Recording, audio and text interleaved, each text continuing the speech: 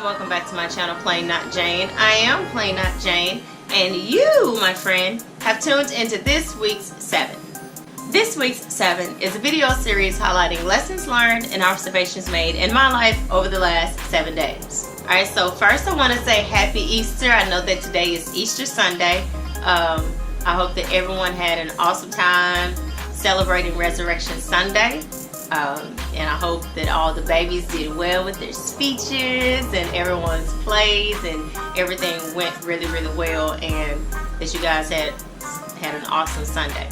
But as we are rolling out of April and rolling into May, the weather's getting warmer and it's about to be braid season. Yes, braid season.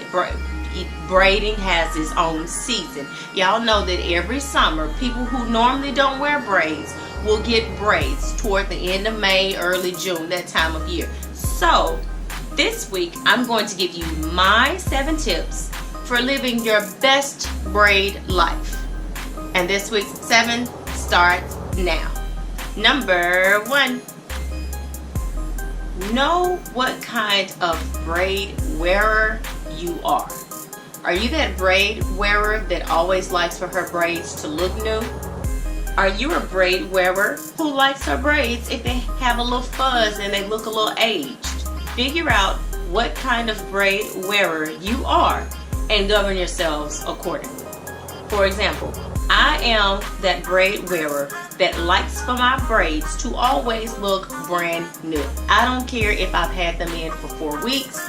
I want them to look fresh and new. So I don't go get micro braids. I don't get little teeny tiny braids that cannot be redone fairly quickly and fairly often. So you'll usually see me in some pretty chunky braids so that I can take them down, put them back up in a week or 2. That's just me. Everybody's not a always new braid wearer, but figure out what kind of braid wearer you are and then let that guide you in your style choices.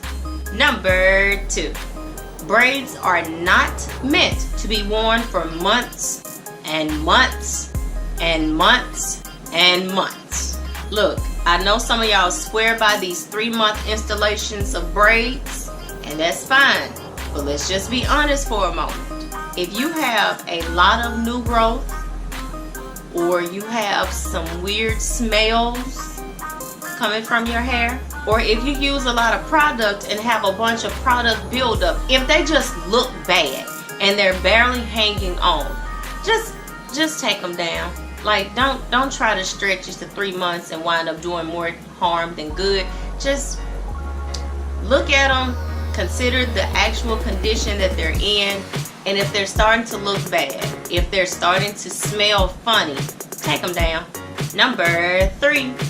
Baby hair is your friend. I am so glad that the baby hair trend has made a comeback. In case you don't know, I'm old enough to remember baby hair being popular when I was a little girl. Then it fell out of favor and now it's back with a vengeance. Baby hair is back in style, so take full advantage of this trend and save your edges. Wearing baby hair can keep those thin and sometimes frail edges out of tight, heavy braids. And then because that hair is out, you have the opportunity to massage it, work in your little magical, mystical oil mixes to help them grow or at least keep them from falling out. So yeah, baby hair is definitely your friend. Number 4. In most things, you get what you pay for, but with braids, that's not always the case. Some of the absolute best and most beautiful braids that I have ever had have been some of the most inexpensive. And some of the worst braids that I have ever had in my life have been quite expensive. So you don't always get what you pay for. What you pay actually depends on the braider. So, number 5, do some research before you make that appointment. Look at the work that they've done. Look at the work that they've done on clients who have hair similar to yours. If all of her clients have thin, straight hair, then your thick, curly hair might not look the same in those braids. If all of her clients have thick, curly, natural hair, then your short, relaxed hair might look a little different. So do your research before you make an appointment. Number 6, braids are not indestructible. I repeat, braids are not indestructible. Yes, you have extensions, but it is still your hair wrapped in there. Your braids and your hair, your real hair underneath, still have to be cared for. You still need a silk or a satin bonnet and or pillowcase. You need to wash them after swimming. You need to dry your braids thoroughly after you wash them. You need to avoid pulling them tight. Now y'all know I love a good bun. But be careful when you have braids that you're not putting additional tension on a style that might already be kind of tight. You have to avoid having them pulled, chewed, and bitten by toddlers. Or maybe that's just me. But in any case, braided hair is still hair, and it has to be cared for. And finally, number 7, buy more hair than you think you need.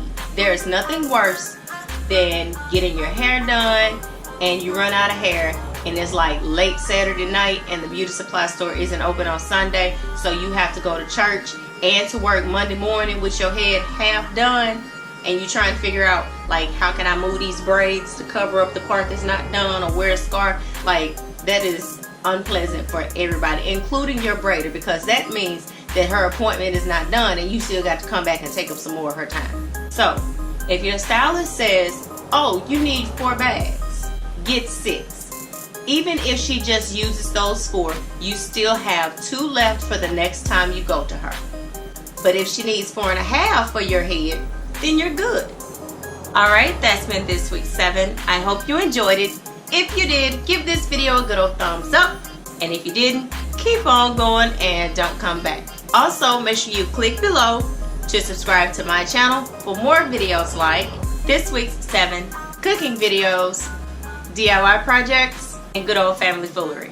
So until next time, go where you're celebrated, not just tolerated. Be safe. Bye-bye.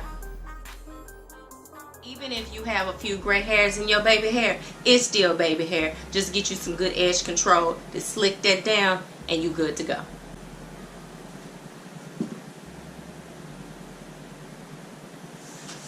GoPro, stop recording.